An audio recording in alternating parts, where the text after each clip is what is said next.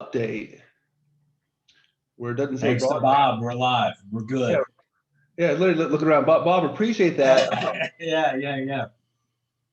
Literally since last week, there was a broadcast button, but there's no broadcast button, so we're live. That's good. That's good to know. There was an educational board in California that didn't know they were live, and they were saying things derogatory about parents. I'm glad, Joseph. I'm glad we didn't say anything derogatory. Yeah, always. That was authentic, right? That was just having conversation. Yeah, the real deal. So I appreciate that, Bob and William, to let us know. Hey, as you all come in, just so we get a feel for who's in the room, if you would put the city that you're in, and that way Joseph and I just kind of a little bit more. I happen to be in Bethesda, Maryland, outside of DC. And Joseph, where are you today? I'm in Los Angeles today. That's why I've got my surfer in the background, trying to have the California vibe. Yeah, so we're coast to coast already. So let's see, we got Greenbelt, not too far from me. And Colorado. Yeah, Colorado. I don't recognize the cities, but I bet you it's a beautiful place. San Diego, nice. Roseanne. Hey, so this is definitely, the SBA rules, definitely since last year at this time, a lot of new programs, a lot of changes to the rules. And so as Joseph takes us through what he knows about SBA lending, definitely put the questions out. And I'll bring the questions into our discussion here. And by all means, this event is a primer. So if there's something you really want to dive into and know about specifically for your business, I mean, Joseph is a great guy. He'll talk to you like a brother about your business, what's going on, and you kind of figure out what could be a good option for you. If you want to talk about how to build your business, be eligible for more financials, how to get paid twice, then I'm a good person to talk to about having a growth CFO working side by side with you. So, but this is a primer, right? Yeah, we got San Diego here. So Joseph, we're into 2 minutes. You want to screen share? This is a good. Sorry, go ahead. You want to screen share and we'll jump into it? Yeah. You got California. I was at 29 Palms a long time ago. California over there. Fort Lauderdale, fantastic. Steve, it's good to have you. Mike, Houston, that's the hometown. I'm from Jersey Village, just that northwest part of Houston. Atlanta, Georgia, nice. Hotlanta, very cool. Scottsdale. We do have a great group of people here. I love it. New York, San Diego, Idaho, very, very good. Yep. Maryland, not too far from you, Ken. I think I've seen you a few times, Ken, on the different events. So welcome back. Are you able to screen share, Joseph? Pulling up right now. Kirk actually had you down as doing the screen share. Give me 1 second. I got it open if you want me to. Yeah, if you could, that'd be great. Yep. Okay. Put it. Present.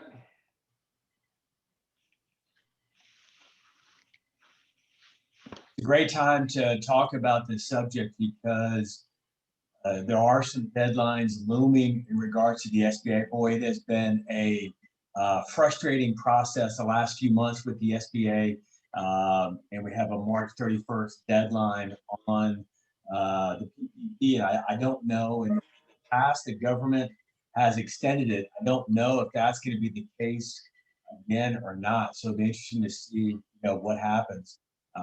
We've got this 3/31 deadline, and right before I came on, I got an email from one of our SBA lenders saying, hey, they're not going to do the any more PPPs after today. So this is it from their perspective. So the number of options are shrinking.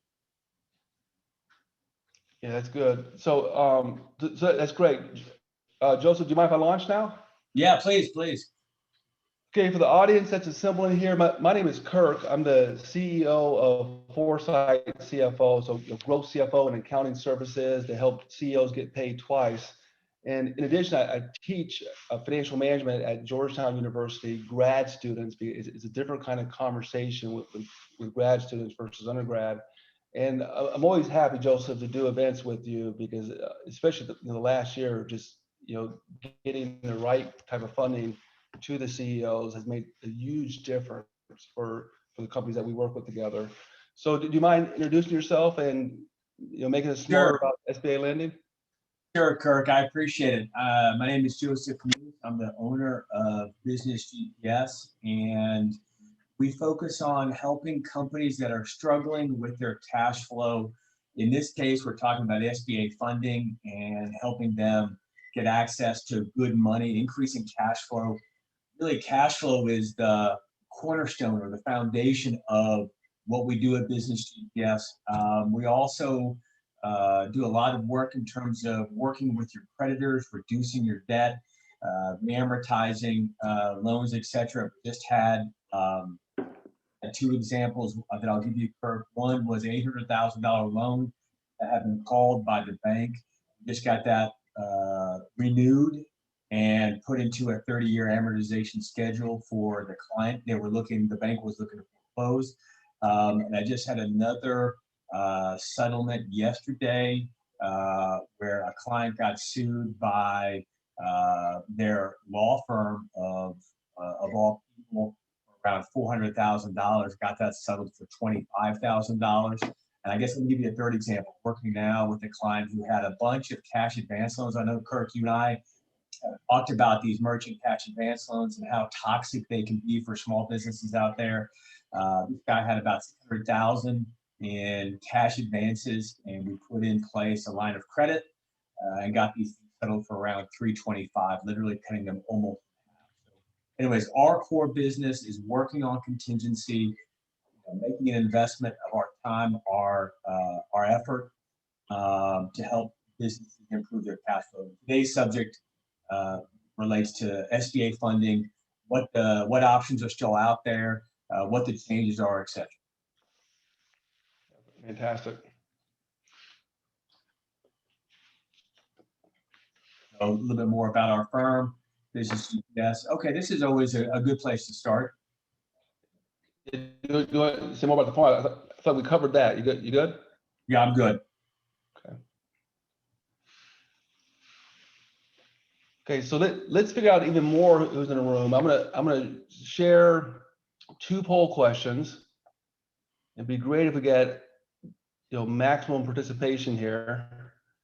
The first question is, what is your expected top line revenue? Really last year, 2020. Is the first question. And the second question is, do you expect to apply for funding through the SBA Guaranteed Loan Program? Yes, no, or maybe.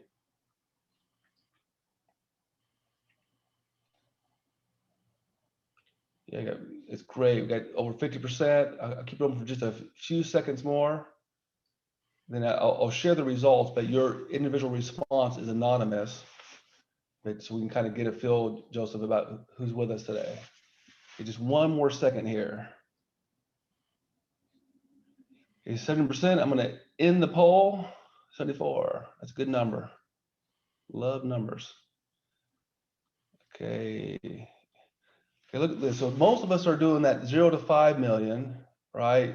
Which working capital goes a long ways, and then 5 to 10, and 10 to 4. We kind of cap out at the 10 to 40 category. That is really helpful.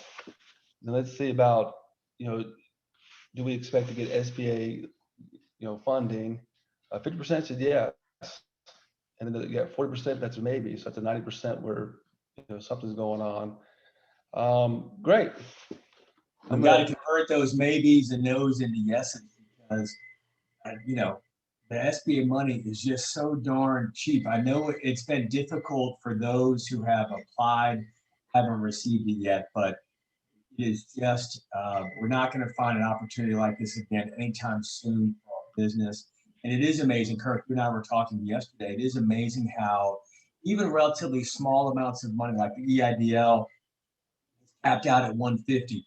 But it is amazing what those small amounts of money can do to have a positive impact on the business. And I know you see it, with your business, the impact that in your clients, I should say, the impact that that 150 can do. Makes a huge difference. Small business that zero, you know, 0 to 5 million, boy, with a little bit of money for some, we can do a Right. lot with it and Right. create employment and literally create profitability, household income, and sometimes even wealth. And you know, getting response to Roseanne, you know, the PPP money really saved her business. So I mean, it's, you know, fantastic. You know, initially the government moved pretty fast, which was thankful. Lately, they've been kind of hung up. My gosh, last May, last June, it was just flying through. It was wonderful. So what's happening, just to maybe even take a step ahead here, what's been happening with the second round of PPP is that the underwriting is done by computers. It's not even, people are not actually involved in the process. So the second round PPP is very different because you're getting literally computer errors and computer messages as a response. If you're not getting approved, it's computer error. And so you've got to figure out how to solve that error in the computer underwriting process to get approved. This slide obviously gives a good overview of what's available. So we know there's the first round PPP. We have this second round PPP. In the second round, there's the requirement for a 25% decrease in revenue from one quarter in 2020 compared to a quarter in 2019.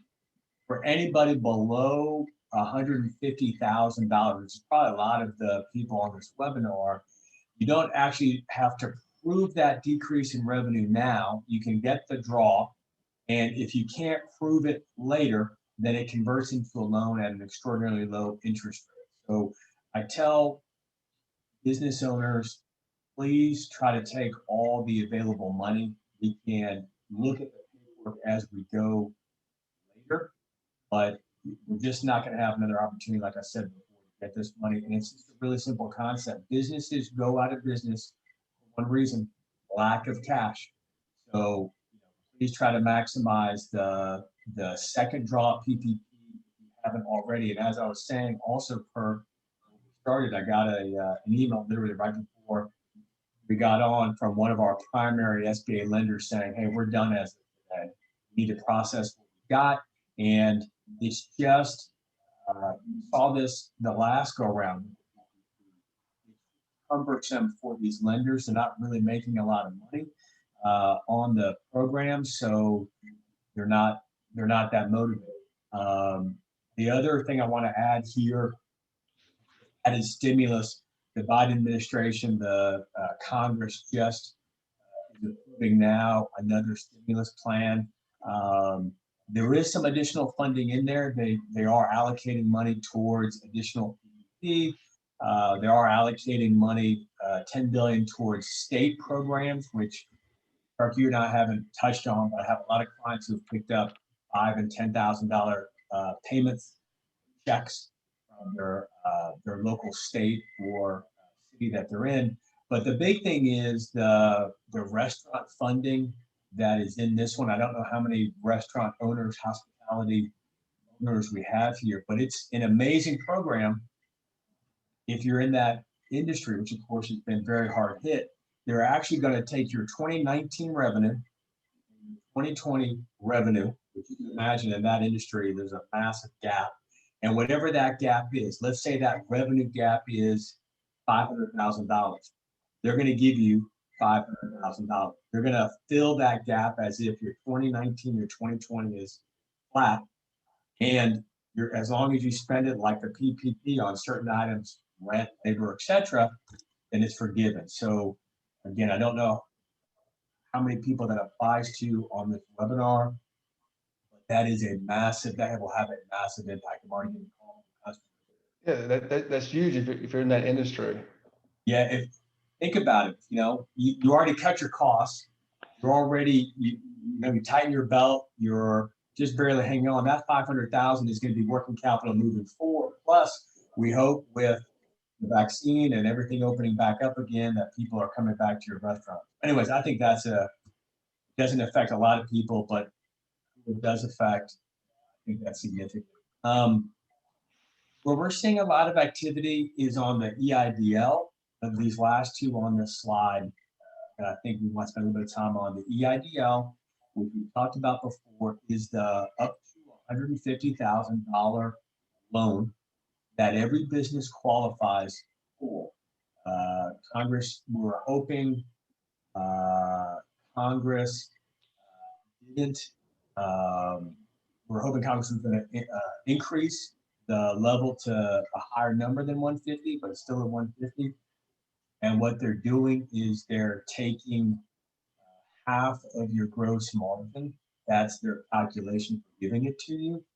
But there are two caveats, and it's greatly slowed down the process. Number one, they're looking for a 620 credit score, which is ironic because the people who get the most are the ones whose credit score have been hit. 620 credit score or better. And number two, they need to verify your tax return information with the IRS. And that is taking a lot of time. As you know, the IRS, Kirk, wasn't all that responsive quick before this. Now imagine all the people who are behind the taxes. Now they're having to verify tax return information. So I've got a number of clients who have been at the point of, hey, all we need to do is confirm with the IRS and we'll fund you. And Kirk, they've been stuck in that loop for 45, 60 days, sometimes even more. So it takes a lot of phone time, a lot of follow-up, but when you get that money, the terms are just so darn good. 30-year amortization, no payment for 12 months, no personal guarantee, et cetera, et cetera. You know, it's worth the effort, but you have to work for it. The 7A loan program, we've been so caught up, Kirk, in our previous conversations about all the other opportunities, kind of the lower hanging fruit, that we haven't talked about the 7A loan program. But what we have noticed, that's another SBA loan program. There's an express version of that where if you apply for 350 or less, they'll get you approved. It used to be 30 days, now it's more like 60 days. What we have seen, Kirk, is that if you get underwritten, approved for the EIDL, it's almost like you got the check from the SBA. Okay, you're verified, you're a good business. Then we can qualify you for the 7A loan program. Again, I recommend the Express because the non-Express, if you get $1 million, $2 million, it might take you 6 to 12 months to get it. And that course time is critical. So the Express Loan 7A program is a great program. We're starting to see some improvements in that area. And again, that's for up to an additional $350. Yeah, so what for the Express loan, what is the cap on it, the max? On the Express loan, it's $350. Okay. So, and again, SBA terms, great terms. So that's one to look at. And I think the other thing, and we don't touch on the slide, is there is this business owner PPP available. And I think that's an important one to point out. I'm sorry we didn't add it on the slide. We're getting kind of crowded with some of the programs, but a lot of business owners, and this is one that most people miss. A lot of business owners, they're not taking their pay as a W-2. They're taking their pay as a raw. They're taking their pay distribution, etc.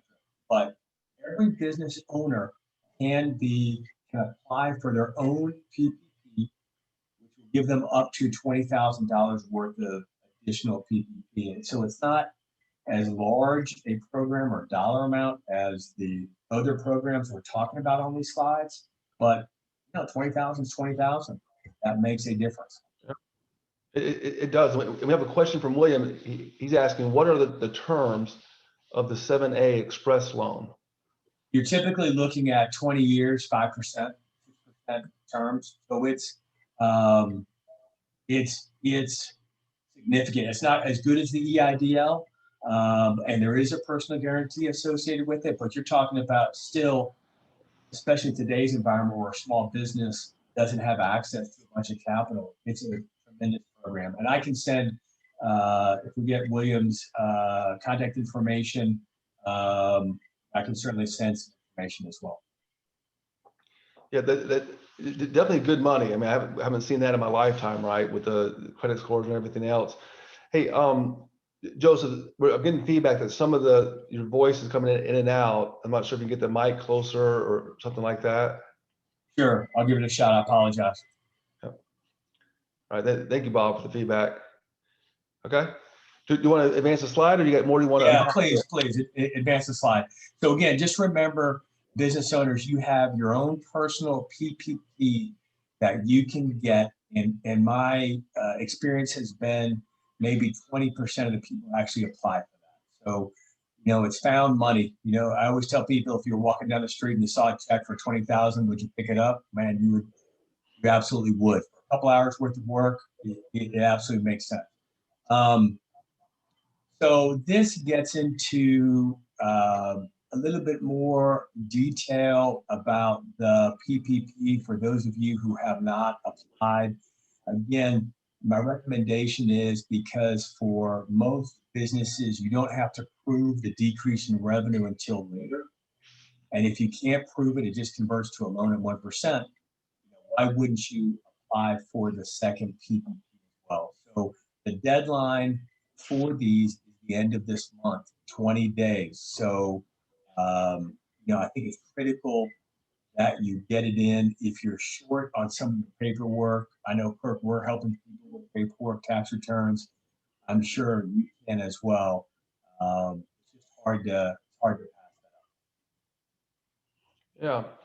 Yeah. I mean, definitely. I mean, it's again, it's good money, and you can you use it for the intended purpose, and then with other money not spent for the intended purpose, you can, it's a good chance to step up the business and do some things that maybe you couldn't have done. I think we have a question. How does it play out? We have a question here from Ronald, and he provides software as a service to the restaurant industry, and obviously they're impacted, right? The industry's impacted, and they're impacted with it. Would a company like that be eligible for funding? That's a good question. I'd like to have, if there's a way to have a follow-up with Ronald on that. I think we'd have to argue that. I don't, they're going to ask you when you apply for your SIC code. Again, it's all computer driven.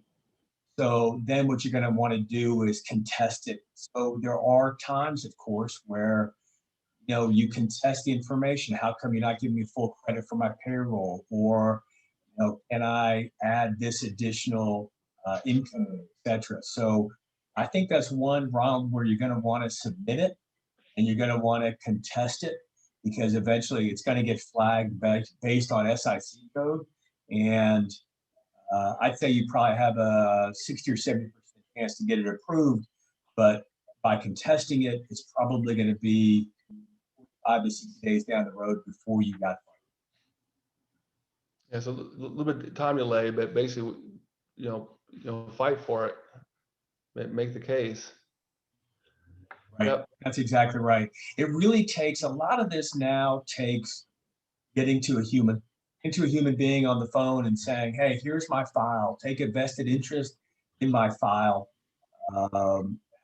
help walk me through, my business needs it, and making not only a logical plea, but a personal plea to that person to prioritize it, because government right now is just overwhelmed. And I think they're going to be overwhelmed for the next 6 months. Yeah, I heard all of it. Okay, and you got time for one more question here about? Sure. Okay, the question is, what is the personal PPP? So the personal PPP is a PPP for the business owner. So you take the existing PPP, that's based on W-2. So your W-2, your monthly W-2 is multiplied in general by 2.5. That's what you qualify for. But as a business owner, my income is typically not listed as a W-2. I'm not getting a W-2 statement. I'm not getting a normal paycheck. I'm getting a draw. I'm getting a distribution. I'm getting it on my K-1. So it's a way for business owners to get their get compensation for their income. I had a client today who got a 1099 separate of business income.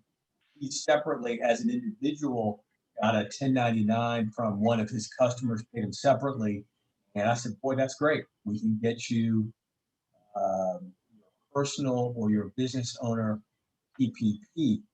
So the way to look at it again is it's 2.5 times your personal income every month up to $100,000 worth of annual income. Long story short, most you can qualify for is a little bit over $20,000, but it's a way of capturing for the business owner all of their income that's not reflected on W-2. And I personally believe most business owners are not capturing their income on a W-2. They're capturing it some other way. I would echo that. Right? Yeah. Again, it's 20,000. And oh, by the way, if you've got two businesses and you're making, 100,000 from one and 100,000 from the other, or 50 and 50 or whatever, you can apply for both. So it's not just tied to your social; it's tied to the business. Well, hey, Joseph, what about if there's multiple owners?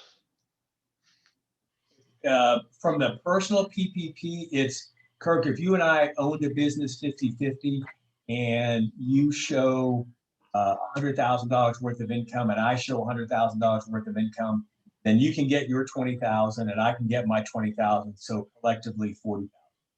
Oh, So it is a nice, again, it's an overlooked one. It's not as wonderful as a $100,000 PPP or $150,000 EIDL. Those are great, of course. But again, it's, 10,000, 20,000, those dollars, back to one of our earlier comments, those dollars, the small dollars make a big impact. For a lot of people, 20,000 isn't small.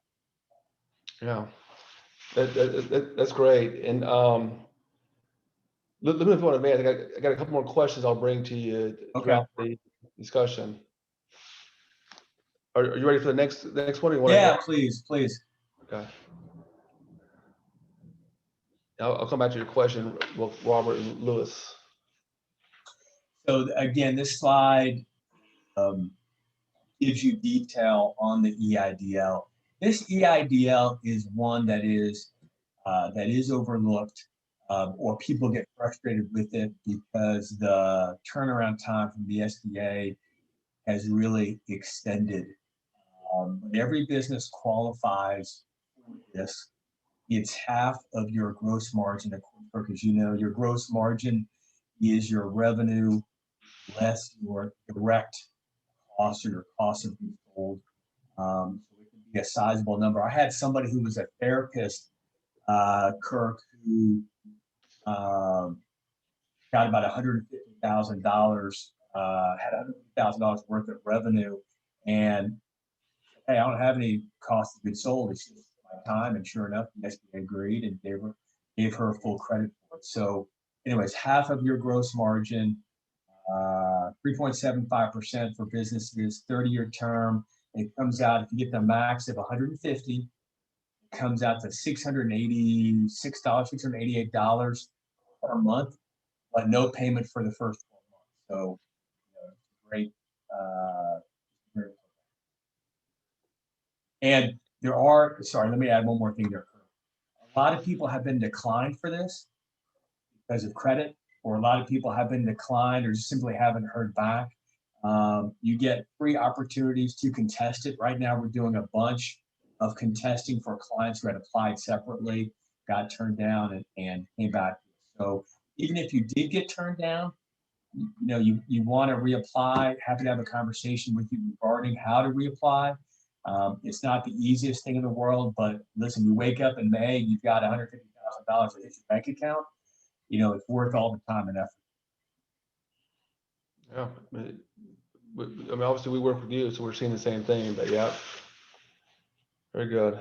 So a couple of questions. I mean, how do you apply for the personal PPP? You apply to the same SBA lender that you applied with before. I know we're doing a bunch of PPP business owner applications using some of the same lenders we used before. Um, Here's the other thing, Kirk, that's a little bit of a nuance. What I have noticed is some SBA lenders are really good with big files. That's all they want. They want the files over 400,000, 500,000. Obviously, they're motivated by the kickback the SBA. And then there are some lenders that are just really good with below 25, so below 50. So we use 3 or 4 different lenders depending on where we think the file best fits. And so some of those, what I'll call smaller SBA lenders, that's where we go for the personal PPP. Just have, you want to be able to prove it. So you want to have your K1, you want to have some bank statements there with it. And the key, this 3/31 deadline that I keep bringing up, that's the deadline for when you have to have your submission in, not when it's got to be approved. But then going back to the other comment, some of these lenders are closing down their portals because they're not seeing I think the companies that had their really big PPPs already submitted and got approved. So what's out there now for lenders tend to be some of these smaller 20s and 50s, and some of the lenders just don't want to deal with it. They just don't want to do it. Makes sense, but it leaves some of us out in the cold. So not too cool. So, okay, quick question from Lewis here. He says you got both PPP advances in 2020. Can you get another loan this year in 2021? So you want to come back to, there's PPP1, there's PPP2, there's a business owner PPP. So there's 3. And then there's EIDL, which is 4. The EIDL is credit-based. And then once you get approved for the EIDL, then I think you're naturally going to go to 7A. But you get into the EIDL and the 7A, you start to get into the importance credit territory. Those are all the ones that you can apply for and should receive funding for. You should receive funding for all 5 of those. And for those who are, let's say, credit score challenged, you can sign up for a program. Lexington Law, I know we have our own credit enhancement program, but there are others out there. You can get your credit score to 620 or 650 with a little bit of effort. It's worth spending a little bit of money that way so that you can get the EIDL and you can get the 7A. Just again, you got to be patient and you have to work at it. Yeah, very, very good. See if there's anything new. You answered where do you apply for it. See if there's any other questions. Do you want to kind of rehash for Michael here? He asked, does having an existing EIDL affect applying for the 7A? I think what we have seen, these are unique times, but what we have seen, great question, is that if you are approved for the EIDL, that the SBA is more comfortable with you. The SBA, the underwriters, the human beings, Susie, John, whomever, who are looking at your file, their greatest fear is underwriting a file that is fraud, that is a made-up corporation, that makes the headlines out there. And so you can imagine you get a headline out there, somebody reads it at the SBA and they go, okay, who approved this file? And they go talk to Susie or John or whomever. So what my thinking is that if you're checkmark for the EIDL, there's a, certification, so to speak, that comes with that. Okay, you're a good business. You're proven. You're not a fraud. So I find that is helpful in terms of getting the express loan or any other loan product with the SBA. We haven't touched upon it. I know we have got limited time here, but there are SBA programs even beyond what we're talking about here. If you want to get real estate, for example, there's another SBA loan program for that. But I think having the EIDL under your belt only makes you look better in the eyes of the SBA. Yeah, that's good to know. And jumping back before we advance, is the personal PPP forgivable? Great question. Yes, it is. And like all the PPPs, it's so easy to have it forgiven if you spend the money for the most part on your own payroll, right? On yourself, especially on the personal PPP. You know, that's okay. You take the money, you're going to spend it on your own compensation. Or that's an easy thing to do. That's a great question. Yeah, very good. Shall we advance here? Yes, please. All right. Okay, so this gets into the 7A program. We have here the best option is, is real estate. The SBA does love in general when you're buying something with it, when you're buying a tangible asset with it. So they like equipment, machinery, they like real estate. But you don't have to use it for that. Those are just preferred from the SBA standpoint. We've had staffing companies. Think about a staffing company, Kirk. The people are the assets, right? They're in the people business. We've had a number of staffing companies get approved for 7A program. But that just kind of gives you a flavor of what's preferred and what it is they're looking for. And again, the Express program, 30 to 60 days, you get funded. We'll know within typically 10 days. We'll do a pre-approval process. We'll typically know in 10 days or 2 weeks. Hey, I think you got an 80 or 90% chance of completing the process and getting funding, or this is not going to work. I always feel like it's hard for businesses to forecast out 6 months, 12 months from now, especially at the tail end of a pandemic. Hey, I need the cash now. So that's really what we're focused on with these loan programs. How can we get you what you need now? This is a time because I think the government's reaching an endpoint. I mean, we've done a little bit of deficit spending here with initially the tax cuts and then the COVID, stimulus, and then the most recent, stimulus plan, this week, 1.9 trillion. There's a good chance that this is going to start wrapping up, especially as the COVID numbers get better and vaccines, all that kind of stuff. So if you need to be capitalized, or the time is now, especially with the deadlines being this month on the 31st. Yeah. I don't think it's gonna. I mean, what do I know? I'm not on Capitol Hill, but I don't think it's going to be extended. I keep reading headlines about inflation, reading headlines about this year the U.S. is going to grow at any GDP from 6.5% to as high as 10%, which I find hard to believe. But with those types of headlines out there, I think Congress is going to say, you're saying, hey, we've got deficit spending, but boy, this year looks really good. So we've given you all the tools you need. Now you're on your own. I don't expect any extensions past 3/31 for any of the PPP related products. Yeah, very, very good. We'll have to see what happens, huh? Yeah, we'll have to see what happens. Just keep pushing forward every day. I really hope every business, even after 3/31, you can still go after the EIDL, you can still go after the 7A, and it will change. Once that money, it's a question of when. Once that money comes in, it will change your business. Yeah, very good. Next slide, probably. I know we're kind of getting near the end of our time. I appreciate everybody's time here today. So, this is an important slide. There are other requirements here, but I kind of get to where do things get declined, or where are the kinks in the system? And a lot of it comes to payroll. So on the PPP, you want to have your payroll documentation together. You want to have your 2019 return.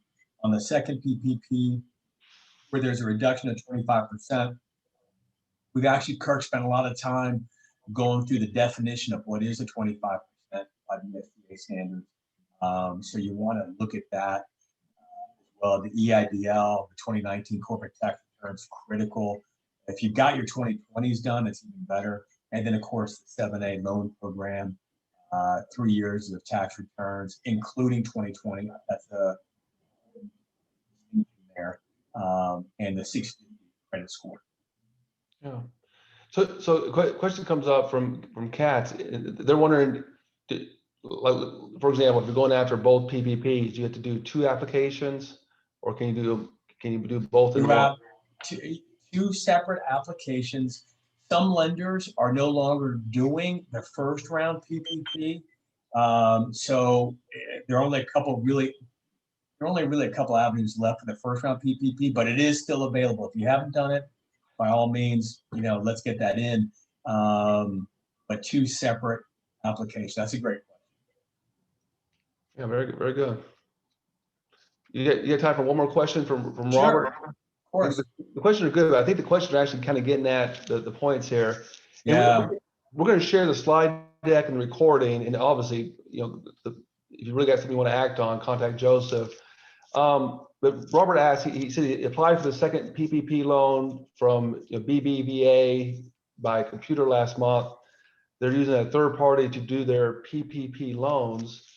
How does he find out the status of his loan? Boy, that's hard. You've got to try to get a hold of a live person there at I would say BBVA is going to be your point of contact. Now, that raises another good point. With the first PPP, let's go back to last April. Your first PPP, you applied 2 or 3 different places.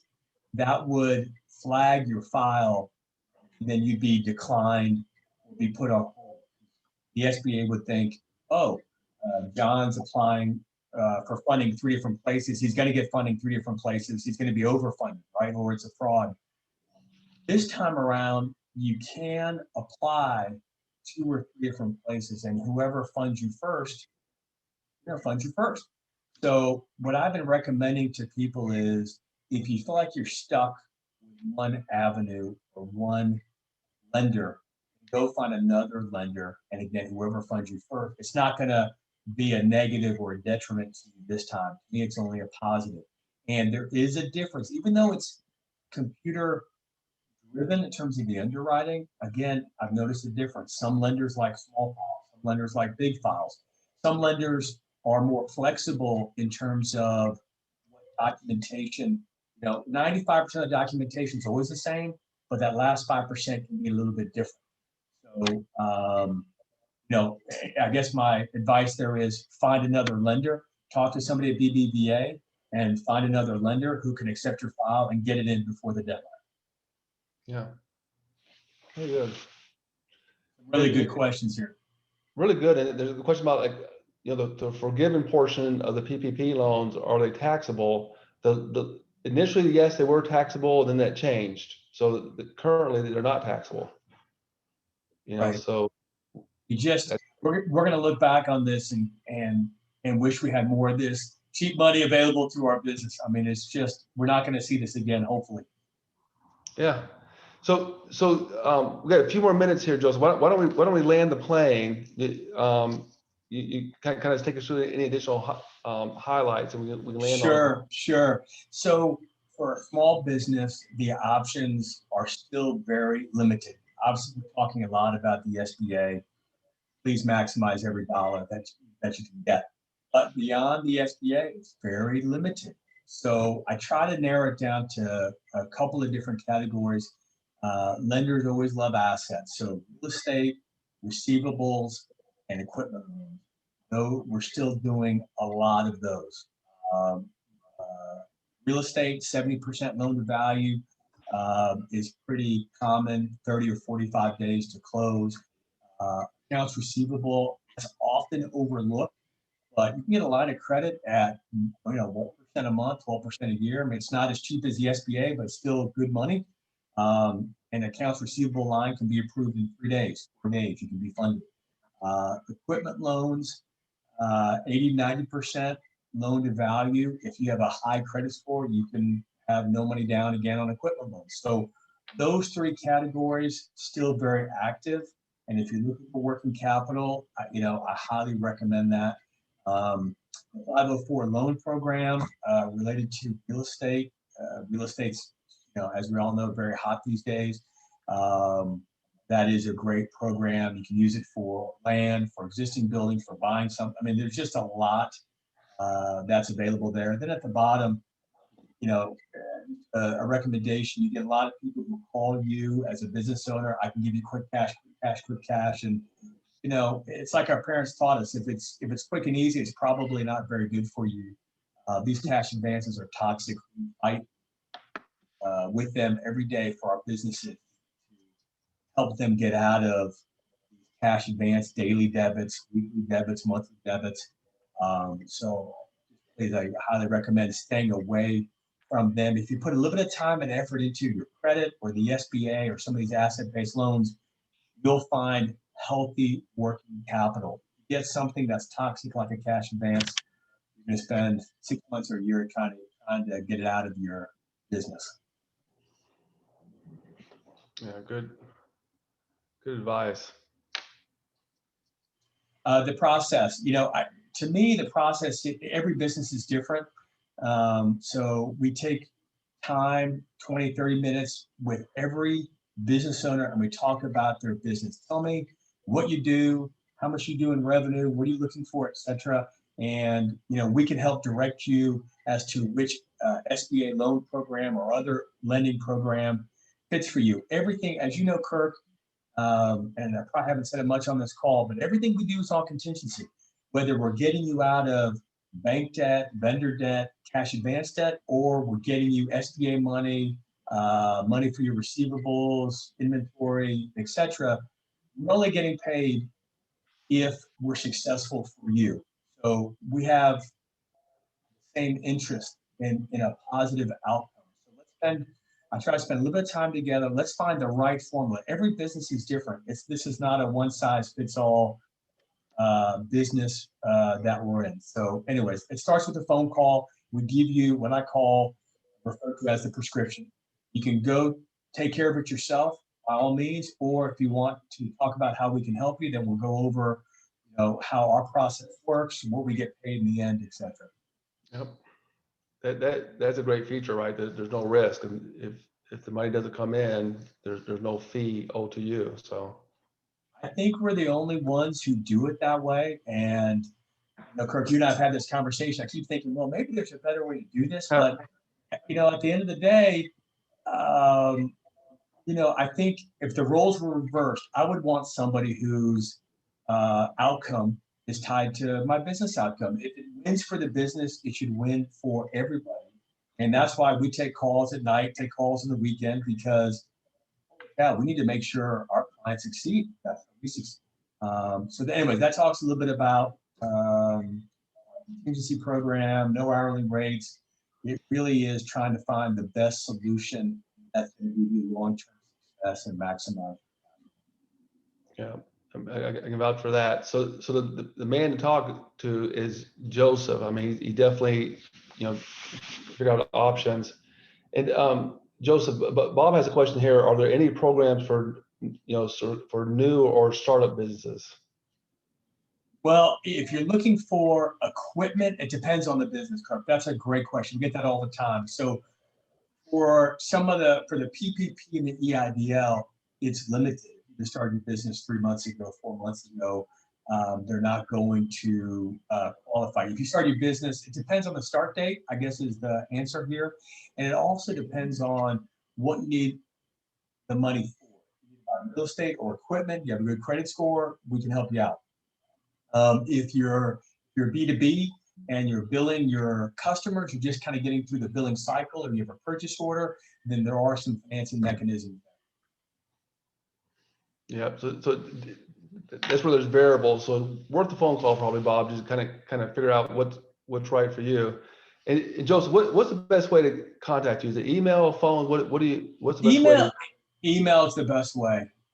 Absolutely. I read all my emails, and like I just said, we're on contingency, so I'm constantly keeping tabs on all my clients as emails come in. So email me any question you've got, and I'll absolutely do my best to answer it quickly and get you pointed in the right direction.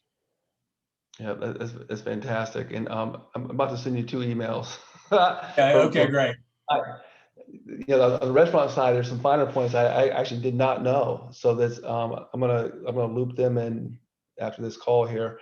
So hey, just for you guys out there, guys and gals, Foresight CFO, we guide CEOs get paid twice. More profitable now, more valuable and transferable tomorrow, so that you get that second paycheck when you step back from the business. And we do this through that growth CFO and accounting services. So if you want to learn more about the habits, from getting funded to using the funds as expected to drive the results that you want, probably worthwhile to have, for you and I to have a discussion together. And likewise, the best way to get hold of me is shoot me an email, and I'll shoot back a calendar invite to propose a date and time to hop on a call.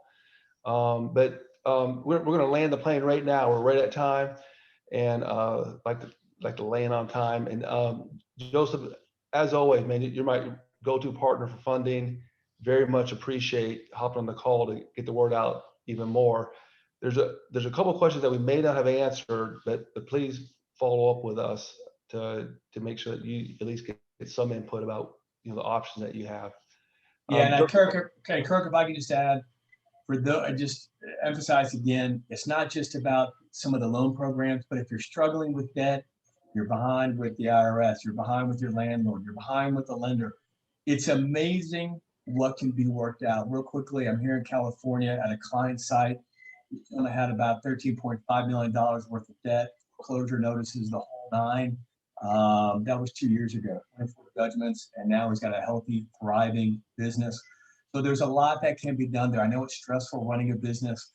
Not many people understand that, but if you've got debt on your balance sheet that's choking you, just be confident that you can work through that. Yeah, the best thing to do is open up with an expert. It's a private conversation, and put your cards on the table. That way we know what the chessboard looks like, and you can figure out a solution. So it does, boy, taking that, resolving that, the root cause of that stress goes a long ways. So Absolutely. So we're going to wrap it up here. Joseph, thank you. And for everyone who came in, thank you so much. And we'll see you soon. Let's keep things going here. Got it. Thank you, Kirk. Thanks. See you later.